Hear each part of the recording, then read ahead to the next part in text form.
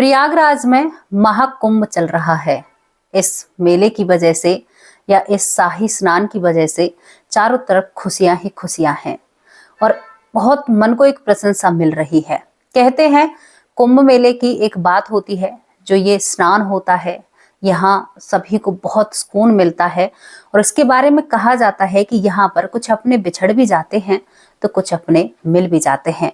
एक आज ऐसी ही स्टोरी आप लोगों के सामने लेकर आए हैं, जहां पर दो बच्चों को 4 साल पहले बिछड़ी हुई मां कुंभ के मेले में मिलती है। अब ये क्या है, पूरी घटना क्या है, क्या पूरी स्टोरी है, ये सब कुछ आप लोगों के सामने रखेंगे। तो चलिए, एक महिला कैसे अचानक से एकदम अपने घर से गायब हो जाती है और क्यों होती है, उसके गायब होने के पीछे क्या रहस्य हैं, क्या वजहें हैं, सभी आप लोगों के सामने रखेंगे। तो इसके लिए आपको और हमें 2002 में चलना होगा। प्रयागराज के पास ही के एक गांव में 2002 में एक महेंद्र नाम के व्यक्ति की शादी होती है। शादी इसकी किरण नाम की महिला से होती है। बहुत अच्छी जोड़ी इनकी है, राममिलाई जोड़ी है। और जो महेंद्र है वो मेहनत मजदूरी कर कर अपने घर का गुजारा करता है। शादी होने के बाद कुछ दिन बहुत अच्छे से रहते हैं। उसके बाद जो किरण है वो गर्भवती हो जाती है। गर्भवती होने के बाद किरण 9 महीने बाद एक खूबसूरत से बेटे को जन्म देती है। लेकिन जब किरण उस बेटे को जन्म देती है तो बहुत सारी चिंताएं किरण को घेरने लगती हैं। किरण अपने पति को अपने पास बिठाकर कहती है कि बेटा तो इस दुनिया में आ चुका है, लेकिन जो बेटे की जरूरतें हैं, जो एक बच्चे की जरूरतें होती हैं, जो आप काम करते हो उससे पूरी नहीं होंगे। आपको अपने काम को बढ़ाना होगा। ये एक पति पत्नी के साथ की बातें होती हैं, उनके पास की बातें होती हैं। अगर पति पत्नी इसी तरह हर काम को सोच समझ कर करें तो शायद रिश्तों में खटास ना आए और रिश्ते ना बिगड़े और जिंदगी बहुत बेहतर लगने लगती है। यहाँ पर जो महेंद्र होता है किरण की बात को सुनकर बिल्कुल इस बात पर अमल करता है। अब वो एक ठेकेदार के पास जाता है। ठेकेदार के पास जाता है और कहता है, यार कोई ऐसा काम बता जिससे मेरे घर में भी 4 पैसे आए, मेरे बच्चे की परवरिश, मेरी पत्नी की परवरिश, हम भी एक अच्छी जिंदगी बिताएं। कहाँ ऐसे मेहनत मजदूरी कितने दिन तक करेंगे। इसके बाद जो ठेकेदार होता है उसे काम बताता है। कहता है कि ठेकेदारी का काम बहुत अच्छा होता है, अगर तू करना चाहता है। तो यहाँ पर जो महेंद्र होता है पहले ठेकेदारी के काम को सीखने की कोशिश करता है। जो महेंद्र है वो आज में यकीन रखता है। बहुत लोग ऐसे हैं कि किसी चीज को करेंगे तो पहले उसको डायरेक्ट ही जाकर करने लगते हैं। वो ये नहीं सोचते कि इसमें हमें कितना घाटा और कितना बाड़ा होगा, वो डायरेक्ट जाकर उस काम को करने लगते हैं। लेकिन यहाँ पर महेंद्र पहले ठेकेदार के नीचे रहकर, ठेकेदार के साथ रहकर उस काम को सीखना चाहता है, उसके बाद उस काम को करना चाहता है। घर में खुशी का माहौल होता है, जिंदगी बहुत अच्छे से बीत रही थी।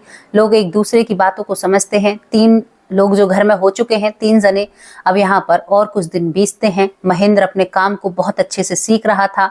सीखते सीखते कुछ दिन बीतते हैं तो पत्नी कहती है कि काम आया या नहीं आया। अब महेंद्र जो आसपास छोटे मोटे ठेके ले लिया करता, किसी का एक कमरे का घर बनाना है या छोटा सा काम करना है जैसे दीवार करनी है, इन कामों के वो अब शुरू करने लगता है। जब महेंद्र काम को शुरू करता है तो काम बहुत अच्छा लगता है और सही से उसका काम निकलने लगता है। लेकिन महेंद्र को जिन पैसों की जरूरत थी वो पैसे अभी इस काम से नहीं आ रहे थे। इन सब चीज के बीच करीबन 2 से 3 साल निकल जाते हैं। जब 3 साल निकल जाते हैं तो महेंद्र की पत्नी दोबारा से गर्भवती हो जाती है और महेंद्र की पत्नी अब की बार भी दूसरे बेटे को जन्म देती है। जब दूसरा बेटा घर में आ जाता है तो कुल सदस्य 4 हो जाते हैं। महेंद्र की पत्नी कहती है कि अब तक 3 थे, अब 4 हो गए, अब आपको अपने काम को और बढ़ाना होगा। महेंद्र इस काम पर ध्यान देता है, कुछ दिन और यहीं पर काम करता है। लेकिन जब महेंद्र को पता चलता है कि मुंबई जैसे शहर में काम अच्छे से होगा और वहां पर आमदनी भी बढ़िया हो जाएगी, तो महेंद्र अब अपनी पत्नी से बात करता है, जिसका नाम किरण होता है। किरण से बात करता है तो किरण अपने पति की बात सुनती और कहती है कि आप बस भले ही मुंबई जा सकते हो, मैं दोनों बच्चों को खुद पाल पोस सकती हूँ। हम एक गांव में रहते हैं और गांव परिवार की तरह रहता है, सभी के बीच में भाईचारा होता है, तो आपको चिंता करने की कोई जरूरत नहीं है। आप मुंबई जाइए और वहां पर अपने काम को अच्छे से कीजिए, काम जमाइए। महेंद्र अपनी पत्नी की तरफ से जो इजाजत मिलती है उसे लेकर वो मुंबई चला जाता है। मुंबई जब जाकर देखता है तो जाते ही उसका काम बहुत बढ़िया चलने लगता है। गांव के कुछ लोगों को वो अपने पास काम पर रख लेता है और जिंदगी बेहतर हो जाती है। पैसे अच्छे कमाने लगते हैं, गांव के लोगों को भी रोजगार देता है। तो यहाँ पर महेंद्र को बहुत खुशी मिलती है। रोज अपनी पत्नी से वीडियो कॉल पर बात करनी, पत्नी से बात करनी, एक आधी बार पत्नी के पास आना, यही सब कुछ चल रहा था।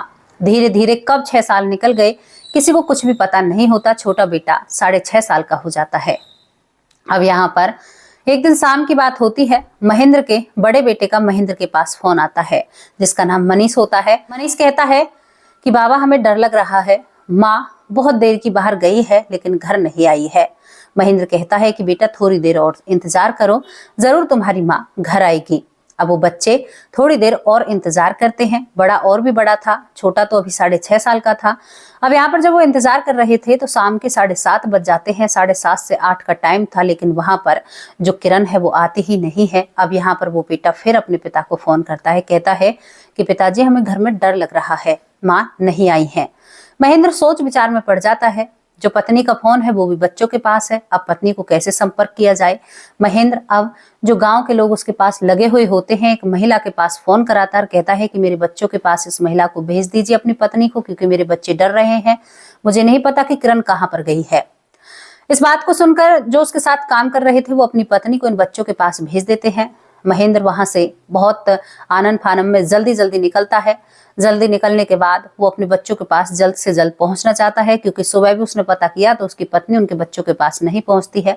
महेंद्र बहुत जल्दी अपने बच्चों के पास आता है। दोनों बच्चे अपने पिता को लिपट कर रोने लगते हैं। महेंद्र बहुत टेंशन में आ जाता है, परेशानी में आ जाता है।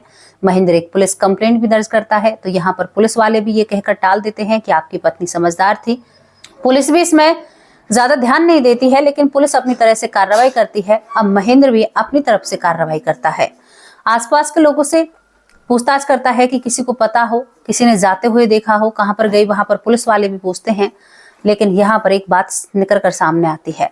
पुलिस वालों के सामने आता है कि जो महेंद्र की पत्नी थी उसके घर में एक भिखारी, जिसका बहुत आना जाना था, और भिखारी की उम्र करीबन 20 से 22 साल होगी। जब पुलिस पूछताछ करती है, अब इस बात से पुलिस अंदाजा लगा लेती है कि आपकी पत्नी शायद उससे प्यार करती है या उसके साथ कुछ संबंध होंगे, तभी वो यहाँ से गई है। इस बात को पुलिस कह देती है। और यहाँ पर पुलिस अब ज्यादा छानबीन नहीं करती है, क्योंकि वो एक समझदार महिला थी, 2 बच्चों की माँ थी। अब इसमें ज्यादा क्या कर सकते हैं, लेकिन फिर भी पुलिस अपनी तलाश जारी रखती है। उधर ये बात गांव में फैलने लगती है। गांव वाले कहते हैं कि देखो महेंद्र ने कितना कमाया, कितना पैसा उसके साथ होता है, फिर भी बीबी छोड़कर भाग गई। ये बात पूरे गांव में फैल जाती है। महेंद्र के सामने तो कोई इन बातों को नहीं करता है, लेकिन जिससे बीतती है उसी को पता चलता है। जब परिवार का किसी सदस्य के साथ ऐसा होता है तो बहुत दुख की बात होती है। कोई परिवार ये नहीं चाहता कि हमारे घर की महिला ऐसा करे, या हमारे घर की बेटी करे, या हमारे घर का बेटा करे, लेकिन दोस्तों जब आप पड़ती है ना तो वो भुगतनी पड़ती है। ये बात आप लोग समझदार हैं। अब इसके बाद महेंद्र जब चारों तरफ से इन बातों को सुनता है तो महेंद्र एक फैसला लेता है। फैसला क्या होता है, महेंद्र अपने दोनों बच्चों को अपने साथ मुंबई ही ले जाना चाहता है, क्योंकि वो नहीं चाहता कि उसकी माँ के किस्से उनके बच्चों के कानों में पड़े। और महेंद्र ने भी अपनी पत्नी के लिए सब्र कर लिया था कि जो मुझे छोड़कर जा सकती है वो मेरी अपनी नहीं है। महेंद्र मुंबई जाकर रहने लगता है। धीरे धीरे वक्त निकलता है, रातों को नींद नहीं आती है, दिमाग में हमेशा चिंताएं सताने लगती हैं। लेकिन 2 बच्चों की परवरिश एक व्यक्ति के कंधों पर आ जाती है। वो बहुत अच्छे से काम करता है और अपने बच्चों को बहुत अच्छी पढ़ाई दिलाने लगता है। वक्त बढ़ रहा था, 2013 आ जाता है। इन्हीं सभी चीजों को चलते चलते उसने अपने बच्चों को माँ की कमी पूरी बहुत अच्छे से माँ की कमी निभाई थी। अपने बच्चों को एहसास नहीं होने दिया कि आप लोगों की माँ नहीं है। अब यहाँ पर बच्चे एक दिन एक टीवी देख रहे थे बैठकर। उस टीवी पर 2013 में जो महाकुंभ हुआ था उसकी झलक दिखाई देती है, और उसकी झलक भी दिखाई देती है। और उसके बाद वो बच्चे अपने पिता से पूछने लगते हैं कि पिताजी ये महाकुंभ क्या होता है। दोस्तों महाकुंभ की बहुत सारी चर्चाएं हैं। कहते हैं कि जो साधु उसमें आते हैं वो दोबारा कहीं दिखाई नहीं देते। पता नहीं इतने नागा साधु कहाँ से आते हैं। एक रहस्यमय और बहुत अच्छा, एक आनंददायक ये पर्व है। इस पर बहुत लोगों को दिलासा मिलती है, सुकून मिलता है। यहीं पर जो पिता है अपने बेटे को ज्ञान देने लगता है। जब अपने बेटे को ये बताता है कि कुंभ क्या होता है, इसमें क्या रीति रिवाज निभाई जाती हैं, तो इसको अपनी पत्नी की बातें याद आती हैं। इसको याद आती है कि किरण की एक इच्छा थी कि वो कुंभ के मेले में जाए और स्नान करे, और उसका मन था। वो कहती थी कि अब की बार जब कुंभ लगेगा तो मैं तुम्हारे साथ जरूर जाऊंगी, क्योंकि उसकी ये इच्छा होती है। अब यहाँ पर जो महेंद्र होता है अपनी पत्नी की उन बातों को याद कर कर, और यहाँ पर महेंद्र याद करता है कि मेरी पत्नी इतनी धार्मिक थी, इतने अच्छे कार्य करती थी, उसकी सोच इतनी उम्दा थी, तो वो महिला बहक कैसे सकती है। ये सवाल जो महेंद्र होता है उसे रह रह कर कचोड़ता है कि ऐसा कैसे हो सकता है, ऐसा होना ही नहीं चाहिए था। इसके बाद क्या होता है कि ये अपने बच्चों से वादा करता कहता है कि चलो इस कुंभ में अब की बार हम भी जाएंगे। अब ये यहाँ पर तीनों बाप बेटा तैयार होकर कुंभ में जाने की तैयारी कर देते हैं। महेंद्र कहता है कि कई दिनों में वापस लौटकर वहां से आएंगे, वहां पर रुकेंगे, हर चीज को बारीकी से जानेंगे, मैं तुम्हें सब कुछ बताऊंगा कि कुंभ में क्या होता है। अपने बच्चों को जरूर जानकारी दीजिए कि हमारे क्या कर्तव्य हैं, हमारे यहाँ पर क्या त्योहार मनते हैं, क्या चीजें किस लिए जरूरी हैं, ये सारी चीजें आप लोगों को अपने बच्चों को जरूर बतानी चाहिए। अब इसके बाद वो अपने बच्चों को लेकर महाकुंभ में पहुंच जाता है। वहां पर वो रहते हैं। अब उनका शाही स्नान जो होता है, जो आजकल भी चल रहा है, अब वही शुरू होता है। तो इसमें देखते हैं कि कई टोलियां आई हैं जो संतों की हैं, बड़े संत हैं, मठ हैं, बहुत लोग उसमें आते हैं, बहुत लोग आते हैं कुंभ में। अब यहाँ पर वो बच्चे ये सब चीजें देख रहे थे, लेकिन तभी उन बच्चों की एक महिलाओं की टोली होती है, जो साध्वी होती है, उनकी टोली होती है, और उन महिलाओं में से एक महिला पर इन बच्चों की नजर पड़ती है। जब ये उस महिला को देखते हैं तो ये बच्चे जोर जोर से चिल्लाने लगते हैं कि बाबा हमारी माँ मिल गई, बाबा हमारी माँ मिल गई। इस बात को सुनकर महेंद्र का भी ध्यान उस चीज पर जाता है और महेंद्र भी उस तरफ देखने लगता है। तो देखने में सच में ही वो महिला जो साध्वियों के साथ थी, जो टोली के साथ होती है, वो सच में ही देखने में किरण जैसी लग रही थी।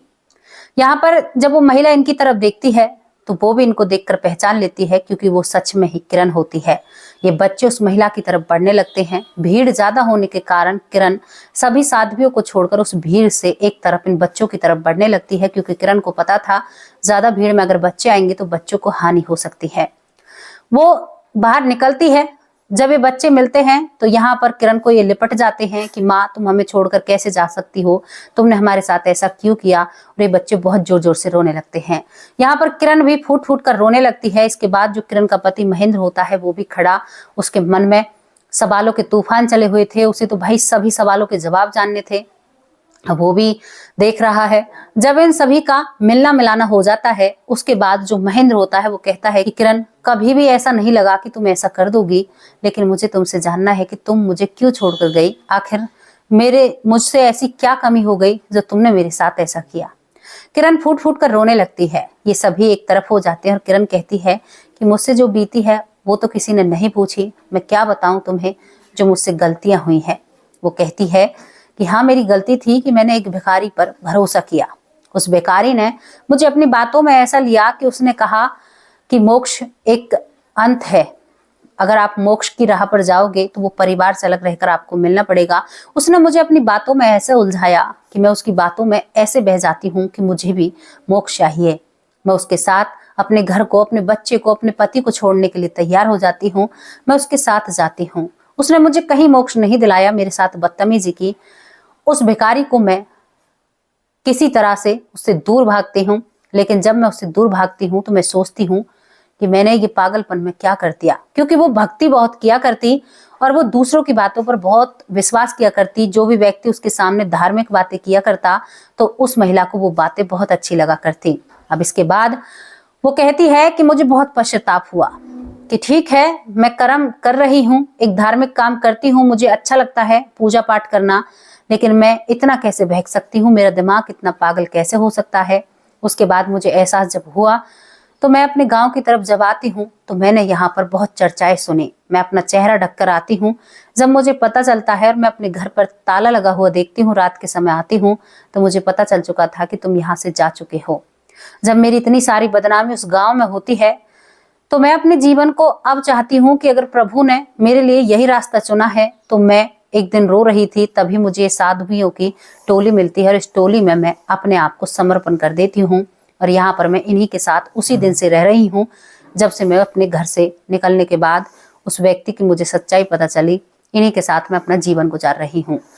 यहाँ पर जो महेंद्र होता है वो कहता है मुझे पता था कि मेरी किरण ऐसा नहीं कर सकती, मेरी किरण तो बहुत भक्ति भाव करती है।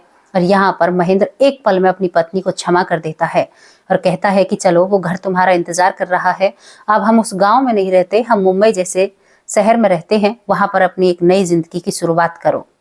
यहाँ पर किरण कहती है कि ये जीवन मैंने किसी को दिया है, पहले मुझे जो मेरी साध्वी माताएं हैं उनसे इजाजत लेनी पड़ेगी, तभी मैं आप लोगों के साथ चल सकती हूँ। बच्चे जब अपनी माँ की तरफ एक ऐसी नजरों से देखते हैं कि हमारी माँ हमारे साथ चलेगी, तो वो साध्वी भी पिघल जाती है और उन सभी से आज्ञा लेती है।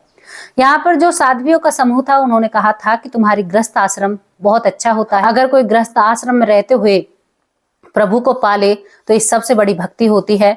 हम तुम्हें इजाजत देते हैं कि तुम अपने गृहस्थ जीवन को संभाल सकती हो। और यहाँ से इजाजत लेने के बाद किरण अपने पति के और अपने बच्चों के साथ मुंबई आ जाती है। आज वो एक बहुत बेहतर जिंदगी बिता रहे हैं। यहाँ पर किरण के बच्चों की भी शादी हो चुकी है। अब यहाँ पर दोस्तों इनकी जिंदगी बहुत बेहतर है। तो ये घटना, ये कहानी यहीं पर समाप्त हो जाती है। लेकिन इस कहानी से आप लोगों ने क्या सीख ली है उसके बारे में भी अपनी राय जरूर रखना। और दोस्तों कभी भी ना ऐसे कैसे हम किसी की बातों में आ सकते हैं। यहाँ पर पुलिस को भी पता चल जाता है कि किरण मिल चुकी है, जिंदगी बहुत अच्छे से बीतने लगती है।